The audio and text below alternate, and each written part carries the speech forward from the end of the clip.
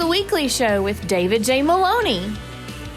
This week, David chats with the multi-talented actress Vivian Lamolli.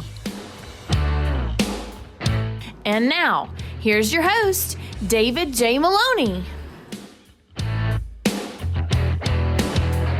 Welcome, everyone, to The Weekly Show. I'm your host, David J. Maloney. On tonight's show, I get to sit down with actress, singer, and dancer Vivian Lamolli. Most people recognize Vivian from her long-running role playing Filiberta Rodriguez on the hit Hulu series East Los High. She's playing the lead as Vanessa Del Rio in the upcoming biography The Latin from Manhattan, and has several other really cool projects in the works. You don't want to miss this interview, so don't go anywhere. We'll be right back.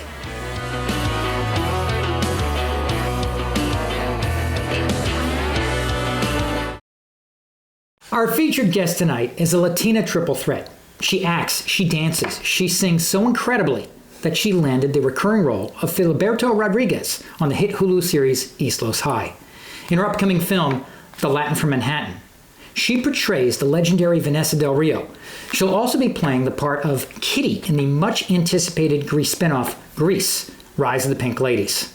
Here to chat about her work, love of music, and everything else we want to talk about, Vivian Lamolli. Vivian, welcome to the show. Hi, David. Thank you so much for having me. So before we get to the stuff you're doing now and your body of work, I really want to talk about your early life. Okay. Where did you grow up and what was life like there? Well, I am from a small place called Miami. I don't know if you've ever heard of it. Some people haven't. No, the 305. Mm-hmm. And, in our family and in our life, I'm Cuban, Puerto Rican, and Italian. So having that background, that heritage, that culture, we dance and we sing every day. It's a thing. So I suffice it to say, and I've known you for a while, that you're incredibly creative. Where did the creativity bug hit you? Since I was really little, I was always taking dance classes, singing everything that my mother would allow me to. She had us in choir, and a lot of things that were really about the arts. They were really supportive. So I just decided, it's funny, I actually was thinking about going into law. We'll get to that. Oh, geez. But I was wanting to do something, kind of more serious with my family. And I was like, you know what? I can't get away from performing. Now, you mentioned your mom, and your mom, as I recall, was a backup singer for an iconic singer herself, right? Yes, you know your stuff. A little bit. Yes. I don't know if you guys have ever heard of Miss Gloria Estefan. Watch Father of the Bride. Sorry, I had to plug it. It's a really good film. The new reboot. But yeah, so when she was with the Miami Sound Machine, it was a whole thing. And my grandmother, being the strict Cuban, amazing woman that she is, pulled that plug quicker than my mom would have wanted to. But yeah, that was a time. So how early would you say the thought crossed your mind that you might really want to make a career out of singing, dancing, and acting? I mean, was it high school? Was it college? When was that? I would say, taking it seriously, college, but I've always been singing. Selena, when that film came out with J-Lo, and obviously also just Selena in general, Selena Quintanilla, was always an idol for me. I would walk around the house with a big bun on my head singing Bitty Bitty Bom Bom. And watching Jennifer Lopez portray that role, I fell in love with the work and just continued to. I was going to ask you what your inspiration was, and sometimes somebody will have a poster of somebody on their wall, and that'll be, was it J-Lo or was it Selena, or who was it? Did you have an inspiration, somebody who was inspirational to you? Well, I would have to say this, and not just because you're watching Mom, but my mother. Of course. She's one of the best singers that I know, technically trained. We sang in church all the time. But yeah, I feel like when J-Lo came out with the film, or she portrayed Selena, that was something for me that I wanted to research more of Selena and know her background and what Tejano music was. And I would say J-Lo and Selena coinciding together. So what attracted you to theater? Thank you for that question, because I always think about that too. I'm like, I wanted to be a pop star. Why am I a musical theater star? No, I caught that bug in college when I started watching when I saw my first musical, which was Once on This Island. I don't know if you're familiar with I am musical not, so theater. I skipped. I could must do a have been little out sick that education day. for that. Did you? Yeah. Okay. No, I saw, I watched my first musical, and then I was like, this is everything that I love all together, and they're emoting so much, and when you stop and you can't even like express it with words anymore, you have to sing it or dance or feel that certain way, and I know that you're having thoughts right now, but that's, I think, what made me realize this is going to give me the training, the stamina. It's just going to be so much fun, and I love the people that I worked with, the community. What would you say was your first main theater memory? Ooh, okay. I mean, is this a PG? No, I'm just kidding. Do you know the musical Hair? Yeah. I know you're from Woodstock, Yeah. so Mm-hmm. so Absolutely. that is a whole vibe for you.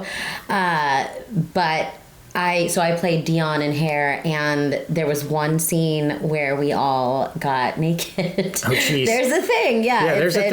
And we all got naked, and we were protesting against the war. So I'm sure you know, as like I said, from being from Woodstock, how people can get very passionate about that. So we all really got into the scene, and that was probably my biggest theater memory, like my one that really stands out. That's one that'll be etched in your brain for a while. Yeah. I can see Would that. that stand out for you too? Yeah, It's not just me? Yeah, I think it would. So you graduate from UF. Mm-hmm. Did you get work right away, or was it the struggle like a lot of people have, or was it a long wait, or were there things lined up ahead of time? How did that fall in place for you? You know, it's interesting because sometimes you don't think about the bad times or the weird times or the struggle. Thinking back on that time, you know, like I said, I had a lot of support. I graduated from University of Florida, and then I went right on tour. So I did a lot of children's theater. Mm-hmm. And then when it got to doing like tours that I looked old enough, because as you know, we Latinas, we don't age.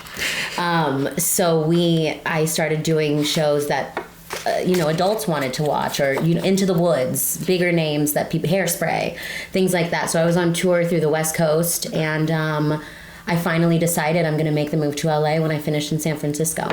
When did you start auditioning for TV roles? Ooh, maybe 2013, like a year into living in LA. Okay. So it was like 2013. So you're doing traveling theater, right? For a bit, and then touring, and then you end up in LA, and then you start auditioning. You have to do you're auditioning for commercial stuff, TV stuff, right. anything you can get. The thing that made me SAG-AFTRA or eligible was a Zumba commercial. Oh, wow. Does anyone remember Zumba? Remember that dance style? Yeah. It's a very Latin salsa hip hop kind of thing. So it got me to a place where I could apply and be SAG-AFTRA in the union. So I did a Zumba commercial, and then Blanca Valdez casting. I can never not do una entrevista, which means interview, without shouting her out, because she really gave me my big break. And I know you know what that was, which was East Los, but she called me directly from doing a commercial and being cast in that commercial with her. Before we get into East Los, I want to talk about KC Undercover, because I know you made that stop along the way, and you got to work with Zendaya, right? Yeah. So how did you find out you got that role?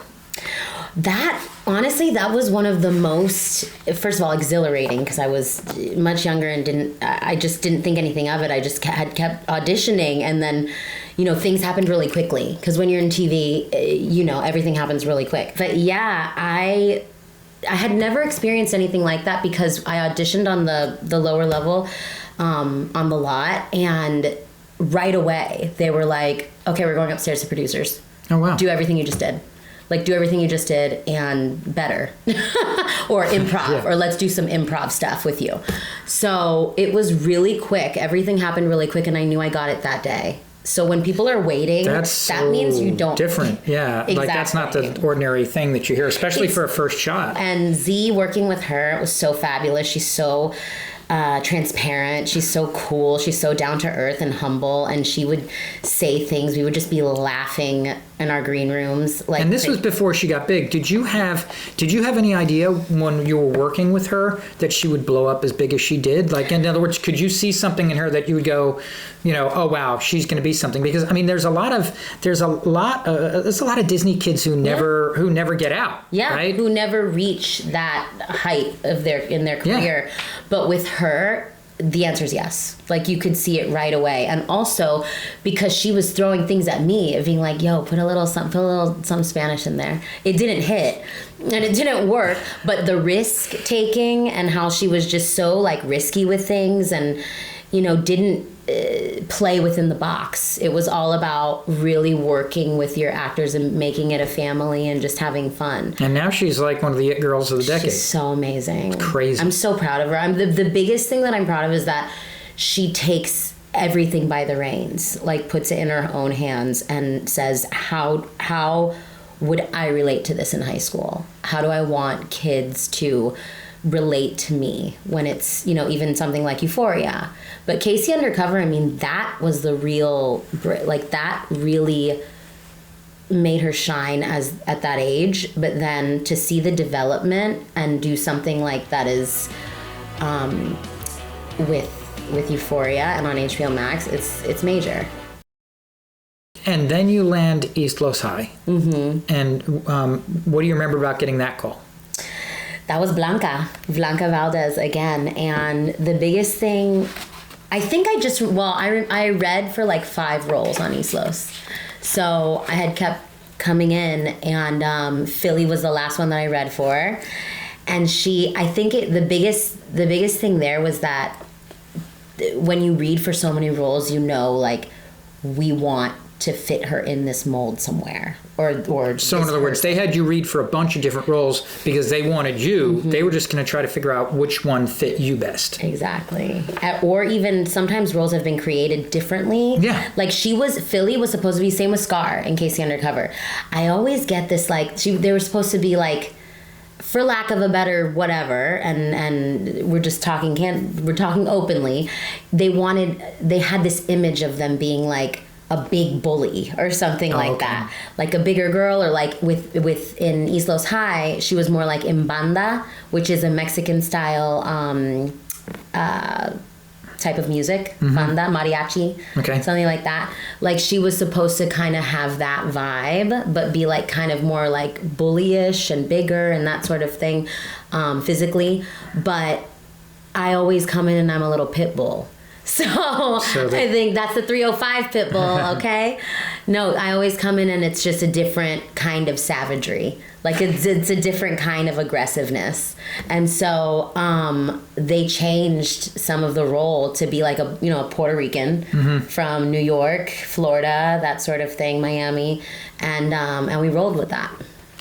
So did you know that show was going to become a success when you were starting on it? Did you have any inkling? For me, I honestly I felt like, because I was so young and just getting into television, I didn't know where it was going to go. But the way that it got such great reviews and it was received so well with the demographic, we were very proud of that we made people from East LA super proud. Did you know your character was going to make it through the whole series, or did you think that, that might be some point where she transfers out or gets locked up or something happens? It wasn't even a thought in my mind. Like, at that time, I was just happy to dance, do the work. Like, to do the work. Even to this day, like, it's so amazing to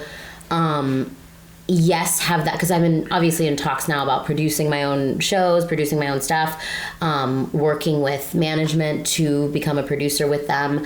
But back at that time, I just really wanted to get all of the work there and out and make it really good, like really authentic. So I didn't think about, would I make it to the next season? I was thinking about and I was also very confident. I'm just a very confident person. What is the next season? How can I go harder? How can I have more choreography under my belt? Because of the fact that we were on the bomb squad. So I knew the bomb squad would always survive. Because that was the core characters of the show. So it wasn't ever a worry or a concern or something like that. It was just very much so an excitement. Like, I always wanted to dance, and we were a little family. So it was cool. So Had you worked on an entirely Latino production before, or was this the first one you had where pretty much everybody was either Latino or Latina? I love that you bring that up, because that's one of the biggest things that we talk about, or what we talked about during a lot of the press tours and stuff like that. I had never seen, that was also another thing that I, as an artist, was like, this is the first show I've ever seen with an entirely Latino cast. So we were very proud, but it was the first of its kind, one of the first of its kind, absolutely. Along with what came out around then, Orange is the New Black. It wasn't a full Latino cast, but they had a lot of that representation, and it started becoming more and more. So I definitely felt the weight of it being something like, this is respected. So you landed a great role on All the Queen's Men, which was executive produced by Tyler Perry. Yeah. What was that experience like for you? Oh, that's been amazing. I mean, it just was a fairly new experience. I booked it that day, or I think it was like a couple days later. I play an officer, lesbian officer, Kat. And I say that because it's a very important relationship within the show. And it was really exhilarating to know, like, that we didn't have any producers calls or anything like that. It was just, I booked it off the tape. Because with pandemic, that was a huge thing too, that we were just booking things off of tape or doing Zoom calls. Ever since 2020, it was just one of those things of, how are we going to really get these actors in the room and feel it? Booking All the Queen's Men and working with everyone I worked with in the Tyler Perry camp has been really awesome. Our season 2 just premiered last week. Oh, wow. Mm-hmm. So I think the role that we're all waiting to finally see is your portrayal of Vanessa Del Rio in The Latin from Manhattan. What was it like playing a biographical role like that, and based entirely on a real person and her story? Yeah, it's been a really, really delicious, exhilarating ride with Vanessa, and as you know, she is with us to this day. I speak with her. It's been an amazing process to get her input. Did you have you gotten to meet her, or did pandemic? Yeah. Okay, cool. Yeah, I met her back in 2017. Okay. When I had gotten the role. We've been working on this for about 5 years. It's been a while, so I see why you would say. No, I remember. That's why we're waiting. Yeah, when we met, we've been anticipating it. I remember seeing stuff on Instagram about it, like forever ago. But I will say, things have been really great. We're getting it to the point where it's in post, which is nice. But the biggest thing with that role is that there's so much, it doesn't really get spoken about as much as it should be, and it's women empowerment. I mean, playing this role of this first Latina adult star, and her being Cuban and Puerto Rican as well, it's just that representation of having the guts to do what you want to do with your life. And when I speak with her, it's like that every time. It's no different than someone who wants to be a high-powered attorney or, get into some other occupation that's not being an adult star. She is a legend. And when we speak, I have that esteem for her because she's so intelligent. It's so cool. And everyone who I'm working with, from Drea DiMatteo, Shane West, Jesse Metcalf, Isai Morales. He's so amazing. Elizabeth Rodriguez, Taryn Manning, gosh, the list goes on. They're all just so brilliant. And they're so, we're like a little family too. I feel really comfortable with being so vulnerable on set because you're in some pretty compromising scenes, but it really makes me feel good that everyone is doing the work and putting the work in, and that there's history there. I love the 70s. I love the 80s. So, is there one story from the set? We talked about the thing from Hair. Is there something from this particular movie that kind of sticks out to you that you always carry with you? Every day there was something crazy every day. Yes. I don't want to, without giving away too much. Let's see. I mean, there's so many things that have to do with giving away a scene in the set. I will say this: Dave Preval, who I didn't mention as one of the actors, Mean Streets, Sopranos. David Preval is legendary and iconic. He came to my trailer one day, and I was like, we just had a conversation like normal. And you know, I'm the type of person who has her door open, like, come through, I'm getting hair and makeup done, like, let's talk, let's hang. But when he was walking away, he's always like, hey sweetie, hey girl, like, he's just so sweet. But when he was walking away, in my mind, I was like, oh my God, that was just David Preval. That just happened. Yeah, that just happened. Him having a regular conversation with me. So any idea when we can actually expect to see the film? Yeah, it's so they just had a screening, like a first look in LA last month, but we're looking to do a premiere in New York City coming very soon. Yeah. That's so cool. So I want to talk about Grease, Rise of the Pink Ladies. Yes. You get to play Kitty in this much anticipated Grease spinoff. What are you allowed to tell us about the project at this point? Are you allowed to tell us anything? I was just going to say, do you know who Kitty is? No. I can't. Yeah, that's one. I've been giving you a lot. So it's kind of it's definitely very under wraps. I knew that was one of the topics that we were going to have this discussion on Grease today, and the biggest thing about it is that there's just so much history, and when you step on that Paramount set, the feeling, you feel it, and it's so iconic, and it being about Rise of the Pink Ladies, like truly about the women and how they got there and what the struggles they were going through high school and why they decided to become the Pink Ladies.